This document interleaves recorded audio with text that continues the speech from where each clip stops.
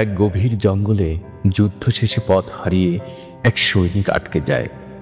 ক্লান্ত, আহত এবং ক্ষুধার্ত সে আশ্রয় খুঁজতে খুঁজতে পৌঁছায় এক পরিত্যক্ত আশ্রমের ধ্বংসাবশেষে। সেখানে আশ্চর্যজনকভাবে সে দেখতে পায় একজন সন্ন্যাসিনী, যিনি নিঃসঙ্গ নির্জনতায় বাস করছিলেন। সৈনিকটির নাম ছিল হিস্ট্রো, আর সন্ন্যাসিনীর নাম ছিল মারিয়া। হিস্ট্রোর গায়ে তখনও যুদ্ধের ক্ষতচিহ্ন, আর চোখে ছিল মৃত্যু ভয়ের ছায়া। মারিয়া নীরবে তাকে আশ্রয় দেন, জল ও খাবার দেন এবং তার ক্ষত পরিষ্কার করেন। প্রথম থেকে হিস্ট্রো ছিল সন্দিহান, কেন একজন অচেনা নারী তার প্রতি এত সদয় হবেন। মারিয়া কিছু বলেননি, শুধু মৃদু হেসে বলেছিলেন, জীবনের মূল্য যুদ্ধ নয়, শান্তি। এই কথা যেন হিস্ট্রোর অন্তরে গেঁথে যায়। দিন কেটে যায়। জঙ্গল ঘেরা সেই নির্জন স্থানে তারা ধীরে ধীরে একে অপরের সান্নিধ্যে মানসিক শান্তি পেতে থাকে। হিস্ট্রো শিখতে থাকে ধ্যান, আর মারিয়া শোনেন যুদ্ধক্ষেত্রে বিভীষিকার গল্প।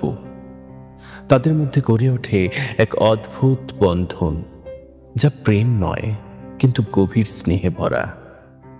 একদিন রাতে প্রচণ্ড ঝড় শুরু হয়, পুরনো আশ্রমের একাংশ ভেঙে পড়ে। তারা মিলে সেই ধ্বংসাবশেষ সরিয়ে আশ্রমকে বাঁচানোর চেষ্টা করে। সেই মুহূর্তে হিস্ট্রো বুঝে যায়, এই নারী তাকে কেবল আশ্রয় দেননি, তাকে নতুন জীবন দান করেছেন। আর মারিয়া অনুভব করেন, এই সৈনিক তাকে নিঃসঙ্গতা থেকে মুক্ত করেছেন, জীবনকে নতুন অর্থ দিয়েছেন।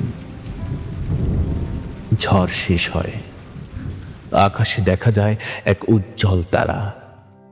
তারা দুজন চুপচাপ তাকিয়ে থাকে সেই তারাটির দিকে। মারিয়া হঠাৎ বলে ওঠেন, তুমি এখন চলে যেতে পারো, আর পথও পরিষ্কার। আমি একা নই।